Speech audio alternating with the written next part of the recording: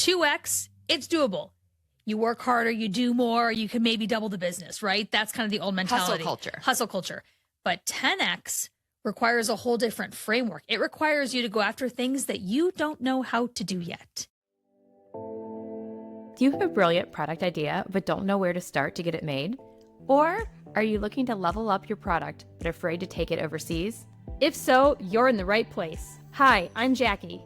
And I'm Erin, and we are The Sourcing Gals, your trusted guides to everything you need to know about sourcing, manufacturing, and scaling your product overseas.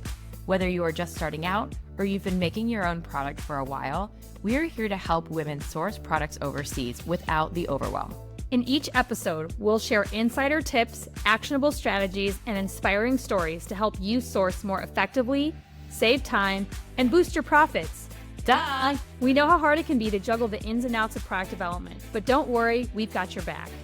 So grab a cup of coffee, get comfy, and let's dive into how you can grow your business, make more money, and turn your products into profit.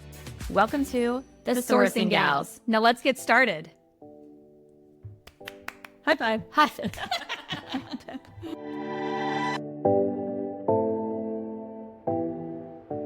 Tired of paying for international wire transfers? So was I, and that's exactly why I switched to Mercury. With Mercury, I never worry about fees for domestic or USD international wires. The platform is free, super easy to use, connects seamlessly with QuickBooks, and their credit card perks are hard to beat. I can spin out new cards instantly for my team, earn 1.5% cash back on all purchases, and right now they're even offering a 2.5% cash back on any ad spend. Terms apply. So stop paying fees and start putting money back in your pocket with Mercury. Learn more and sign up today using the link in the show notes. Welcome to another episode of The Sourcing Gals. We're going to tell you that if your plan for growth right now is, air quote, just do more, we're going to challenge that. This episode is going to challenge that. Yeah, in a lot of ways.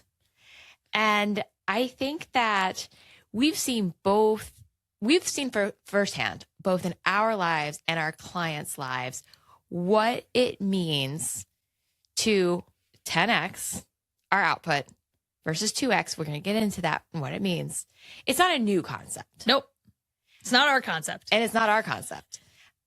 Jackie, do you want to talk about the book? Because you're the one who introduced it to me. Yeah. So 10x is easier than 2x. It is a book by the famous Dan Sullivan. If you don't know him, look him up. He was introduced to me through my first coach, Reagan Walsh.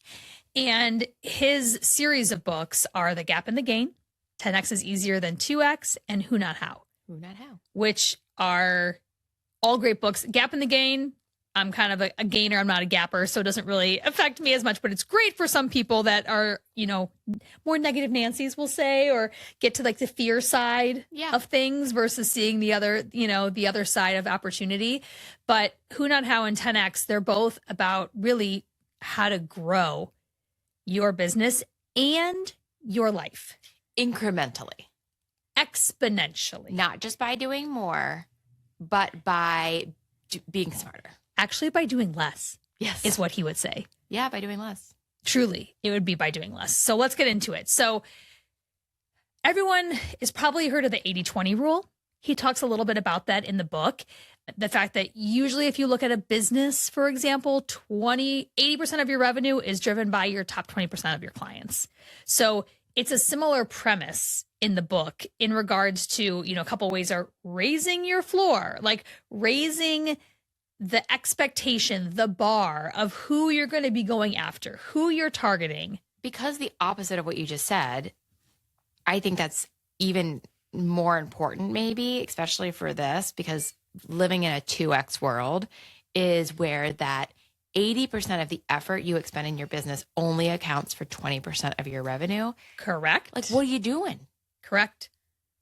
And I'm saying, what are you doing? Not at you guys. I'm saying it at myself and at us and at all of it, because we get stuck in this too, where we have to stop, turn around to look at our business and say, why are we expending 80% of our effort on this? It's going to only bring in 20% of our revenue for the year. Correct. And the big premise is that in order to truly 10x your business, again, 2x it's doable. You work harder, you do more, you can maybe double the business, right? That's kind of the old mentality. Hustle culture. But 10X requires a whole different framework. It requires you to go after things that you don't know how to do yet. Mm-hmm.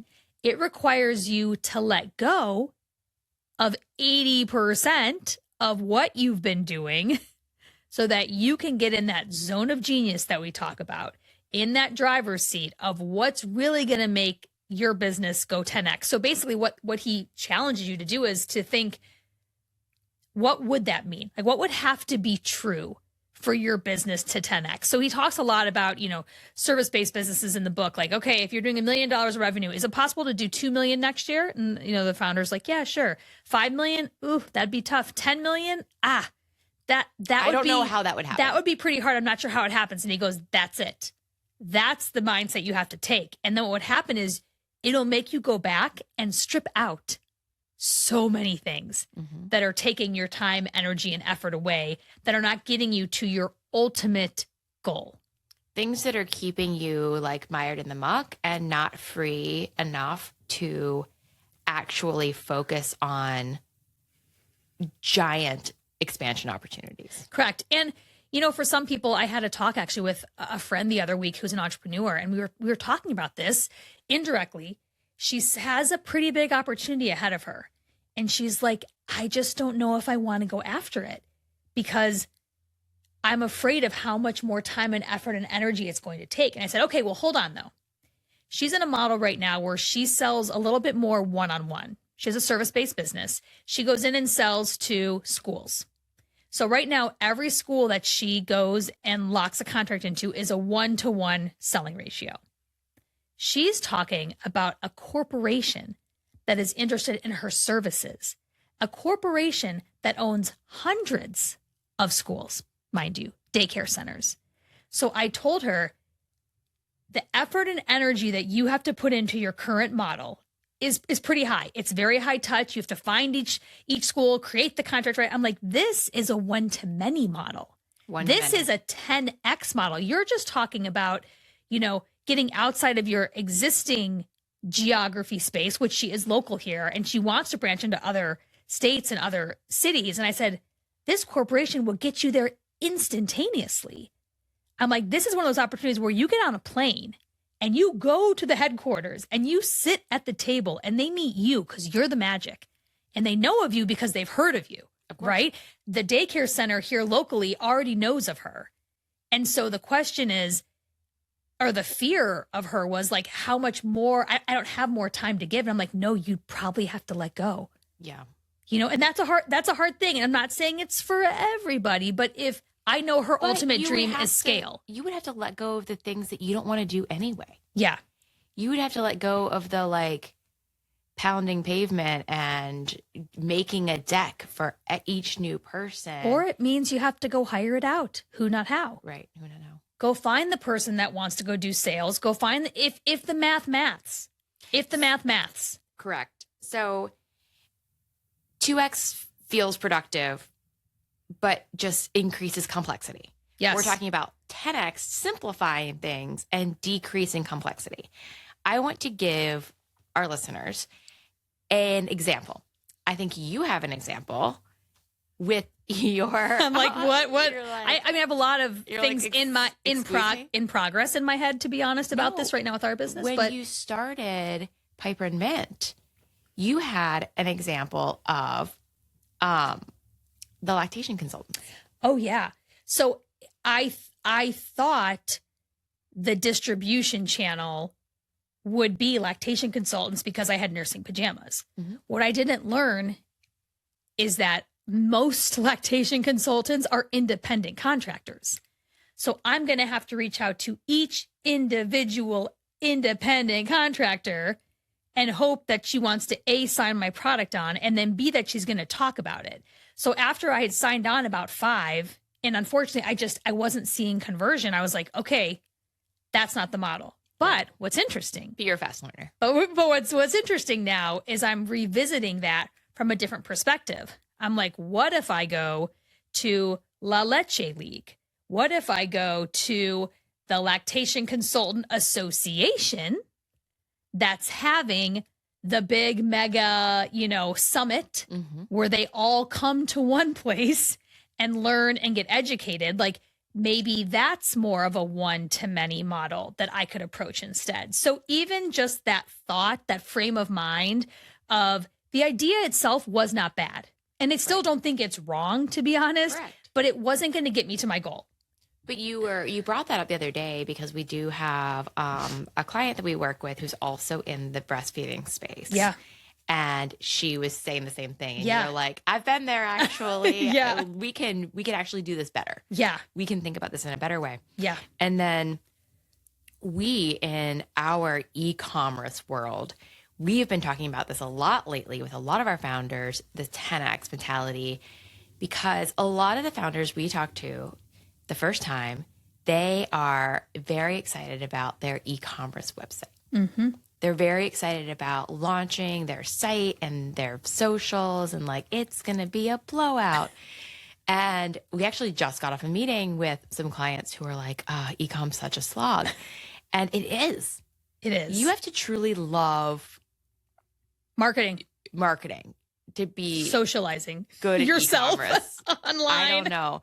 But so what we talk about with them is, okay, how do we 10X this? Mm-hmm. And we 10X it by licensing their technology across 4 big box retailers. So instead of 2,000 clips in a year, we'll probably sell 200,000 clips in a year. Oh, more than that. I think those numbers got even higher than that, my friend. But yeah, that is the point, right? They went from being an e-commerce brand, and then even beyond that, they evolved into a segmented licensing world, I'll say. And we kept pushing them, which was bigger, which was, to be honest, a 10X from their e-com. Mm-hmm. And that's the whole thing Dan says is like, you 10X, and then you 10X again. 10X again. And then you turn around and say, well, wait a minute, I did it back then. He does a lot of like turning around and auditing your past, because especially as entrepreneurs, as visionaries, we're always just on to the next, and we don't audit. We don't look back and give ourselves a pat on the back and say, wow, I actually did 10X. Like that was a big move, right? Like those women getting into a mass retailer on their own, huge move. Then we come in and say, hey, guess what? We can take this even bigger. And to Erin's point, we signed a royalty deal, like Shark Tank style, guys. Like I felt like Mr. Wonderful, but like not a jerk about it. Mrs. Wonderful. Mrs. Wonderful. I love that. But literally we inked a deal with a major distributor for our founders that is going to bring them passive revenue, by the way, and huge exposure. Okay, I want to go back to the passive piece, because that's where that ties back to your friend with the model, the daycares and the service-based model. With our client, it is a lower margin for sure. Yep. But it's almost completely passive. And guess what? They don't have to fund the purchase orders. No. They don't have to manage the production. No. They don't have to sell to the buyers. No. They get to literally, I kid you not, sit back and collect a check. And this was something that Jackie and I both, even in January, even 4 months ago, we were talking to another client and we were like, ooh, I don't know, licensing, we don't know much about it.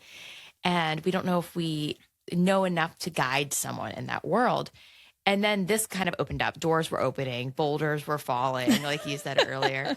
And now we're like, wow, this is a great plan. We talked about licensing versus, I think we talked about licensing in like a couple episodes ago. Yeah, maybe like royalty deals, licensing, Yes. Licensing your IP basically is what we're talking about. Licensing your IP, right.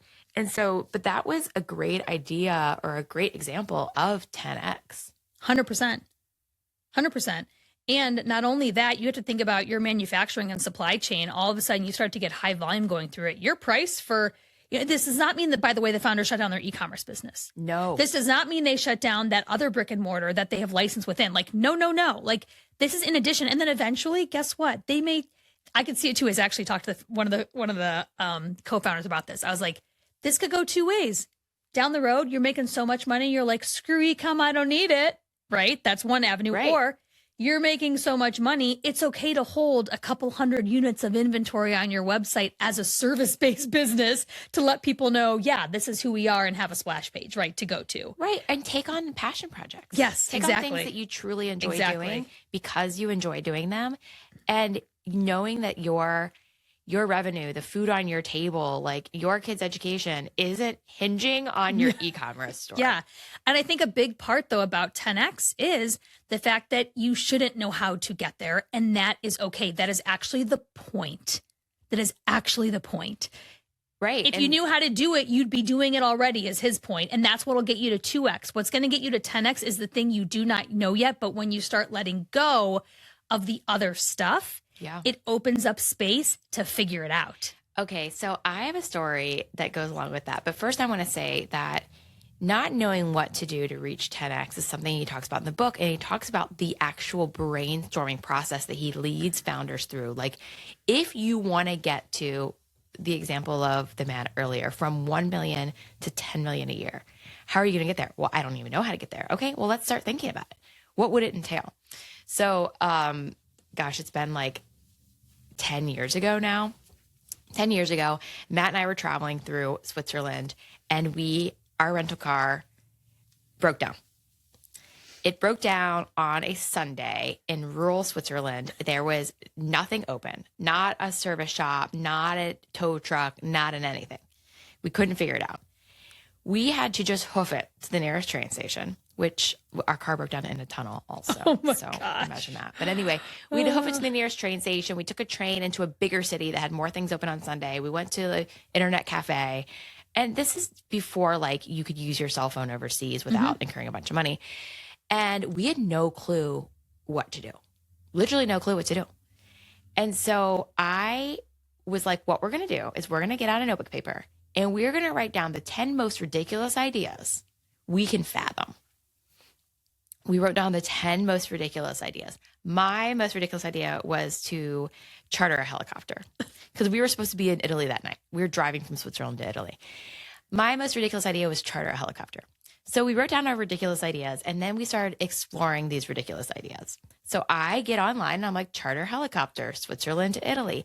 And the site next that popped up was a charter site, but it was called Rome to Rio. Have you ever seen that site? It'll tell you every single possible way to get from point A to point B. It includes helicopters. It includes planes, trains, automobiles, every way. And so we got on and it was like, actually, you could go to this city that's very close to you and they have this thing and then they have this thing. And we pieced it together. We pieced together a solution because I Googled chartering a helicopter. Yep. So it was the path of following like an asinine plan that opened these doors that led us to the solution that worked. Yeah. And I say all that to say that this isn't different. Mm-hmm. Think of the crazy ass things. Like we actually were joking earlier, someone emailed you about buying a factory. Oh yeah. Buying an injection mold factory. And I was like, not today. Yeah. Maybe. No, but it is these really crazy big ideas. And how in the world would we do this? That then once you start exploring them and kicking the tires, you start to say, okay, I can see how this would work. I can see how this would chunk down into actionable pieces. If you're building a product-based business and finding yourself second-guessing decisions or wishing you had someone to gut check, we want you to know you don't have to do this alone. On January 1st, we're opening the Sourcing Gals Founder Circle, our private community for product-based founders. Inside, you'll get monthly Q&A calls with us, access to our templates, scripts, and tools, and most importantly, a community of founders building right alongside you. It's only $27 a month, or for a limited time, $247 for the year. That's 3 months free. You can find all the details in the show notes. Hope to see you there. And the example that he gives in the beginning of the book is a logistics company, which is what your husband does. So I thought was interesting. Logistics company, and they basically move freight. They move cargo. And they are in the bidding war with all the other freight carriers, but they had a special service that they offered, which was super high touch, super high glove. And it really was about for the like danger loads, like the extra wide, and they need literally police escorts and shutting roads down. Like it is high touch. And those were his most profitable clients. Those were ones where they were like, we're not the experts here. Like you guys are. pass the work over and let them do their job. And that was where his 80-20 came in too, is that literally they were spending 80% of their time on the 20% revenue clients, like on the low hanging fruit clients. And then the high revenue clients were just a breeze for him. And he's like, and there's no competition. No one's really doing what we do. So they literally made, he's getting coached by Dan, right? So of course he's getting really handheld through this, but they as a company let go of 80% of their clients. Well, that sounds great. 80%, and told their sales team, by the way, you're not allowed to go find just a typical transit freight customer anymore. Only high danger. Only high danger. And he said, though, they've 10x beyond their revenue without increasing their team size, right? Complexity. While it seems more complex on the outside, for them on the inside, it's not. Because their client stays removed. They do what they do. They have their partners. So again, it was a pretty bold move for them to shut that down. But that's kind of how Dan pushes it, though, is in order for you to 10x, you cannot hold on to everything you have. You can bring everything that's gotten you this far to where you're going to go. Yeah. It's like if your hands were just full of crumbs and you were just like grabbing on that had these like fistfuls of crumbs, you couldn't open your hands to grab the whole sandwich. Ooh, you're so good with these analogies, descriptors. I just made that one up. But I mean, TM. Trademark that. Let me tell you about that. So I think, let's talk about kind of how to spot this. Like if you're at a place where, and here's what's interesting. I think that 10X can come in to your life and your business at multiple stages. If we just talk business here, it can be when you're ideating on your product. If you have dreams for big retail or big volume, right? Like I feel like we do coach so many founders that come in with these e-com dreams and we're like, girls, no, like you need to be in Target. Like you need to be on the shelves at Ulta Beauty. You need to be private labeling this IP. You need to be right. We start challenging them from the inception, from the get-go. What would it look like to build your business where this is the model, right? What would that require you to do at setup? What would funding look like? What would marketing look like? What would manufacturing look like, right? Packaging, all those things. So I think you can start thinking 10X at the very beginning. You can also think about 10X. I'm 2 years in with Piper and Mint, and I am finally 10Xing, right? Because I thought e-commerce would be the play. I'm like, oh, how hard can it be? You see it on Instagram, all these people blowing up at hundreds of thousands. Oh, I'm making 20 million in revenue on e-com. Like there are people that do that, no doubt. But I bootstrapped. There are people that do that, but those people aren't bootstrapping. And they've actually been doing it for 10 years and you only saw the last month. True fact. So could I get there? Maybe eventually. How is my body feeling about how I'm currently running my business right now online? Not so great, to be honest. Right. It's really not feeling in alignment with my talents. My talents retail, my talents manufacturing. So I'm spending this whole year, the full focus is getting Piper or a version of Piper into retail. Mm-hmm. That is my 10X. That is where the future of my business could be. And then can my online business stay going? Yes. Will it? I don't know. I'm going to say I don't know. Because if I can land the deals that my big audacious 10X dreams are and even get close to that, I'm not going to need that channel. Mm-hmm. That right now is draining me, to be honest, and takes a lot of time and resource and energy and money. And again, that's just for me.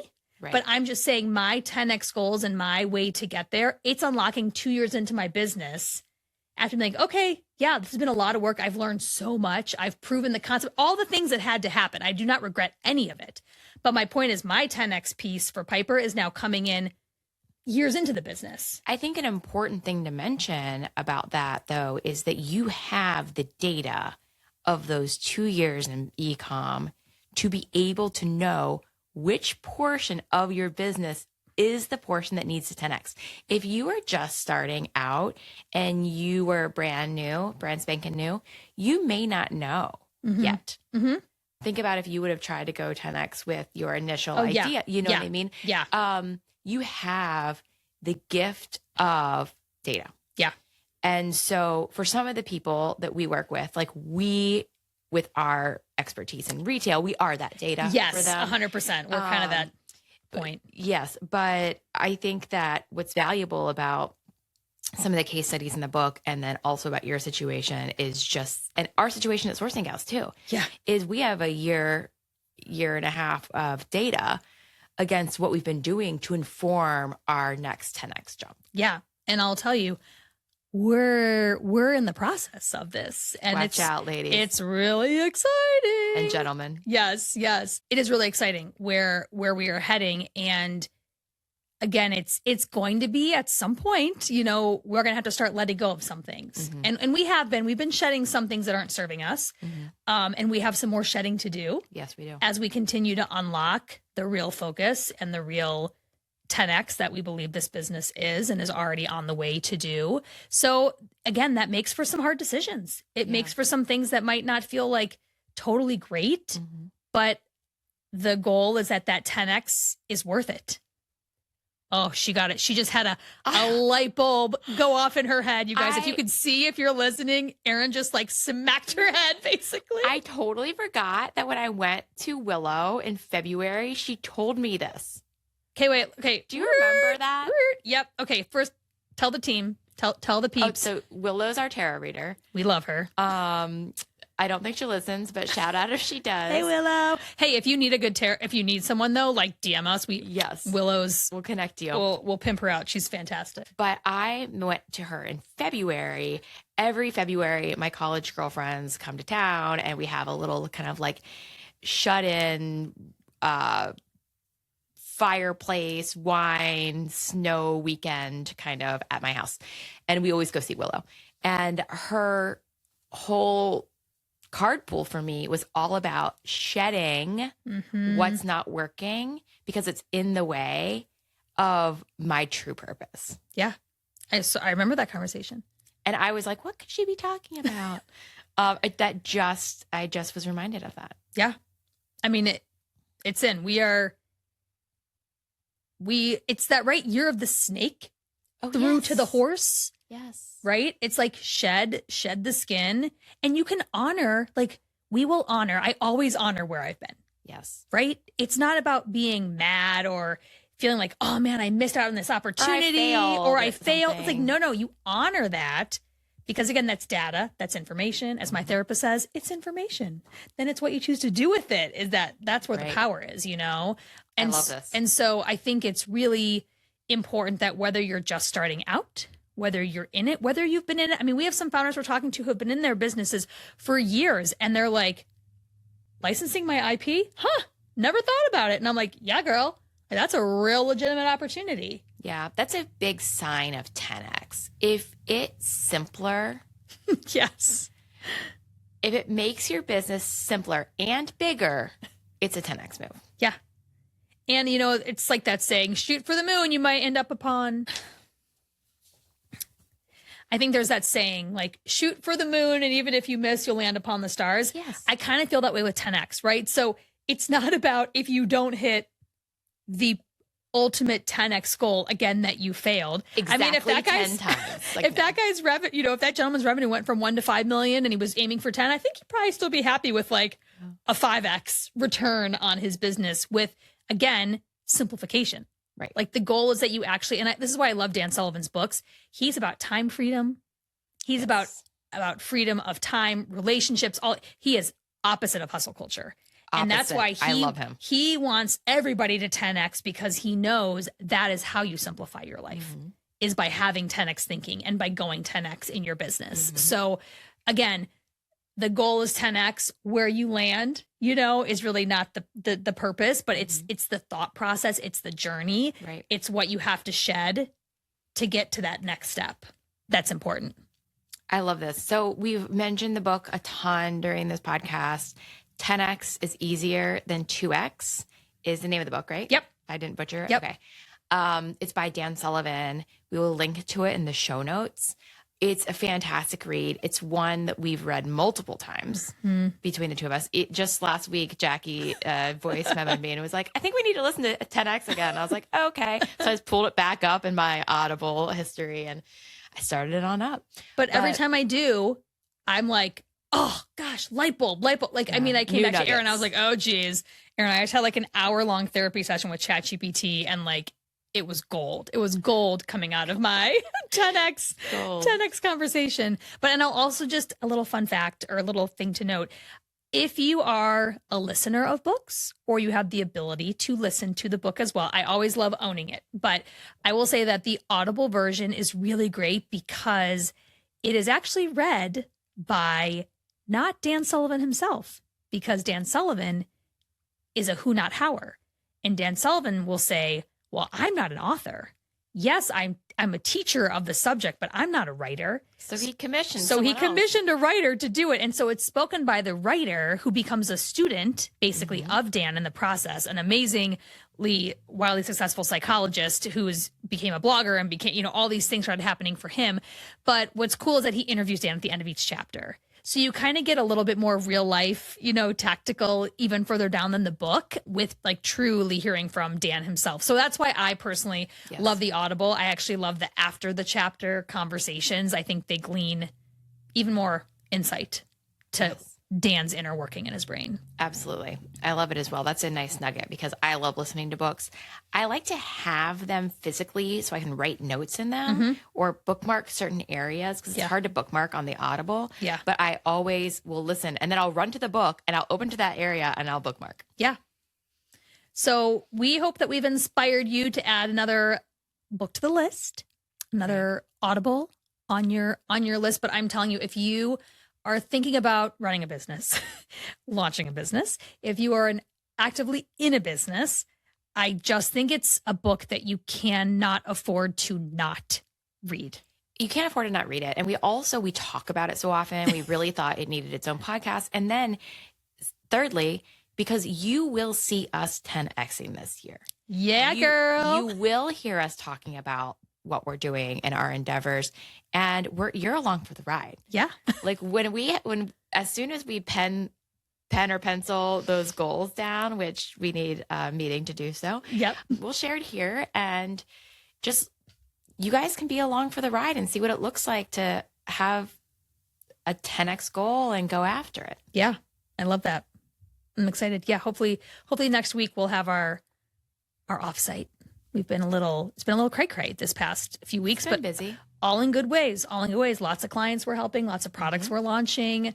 Travel upcoming. We're going to a big conference. Yeah. So there's exciting things in the works, but what we're really excited about is where we're heading. And in the meantime, like we're going to be having to shed some things that you guys might know us for. And so, that's probably going to hurt in some ways us and, but it's all in the path and journey to end up where we believe the Sourcing Gals will be. Yep, absolutely. So, well, on that note, thank you so much for joining us today on this episode. We'll see you next time on The Sourcing Gals.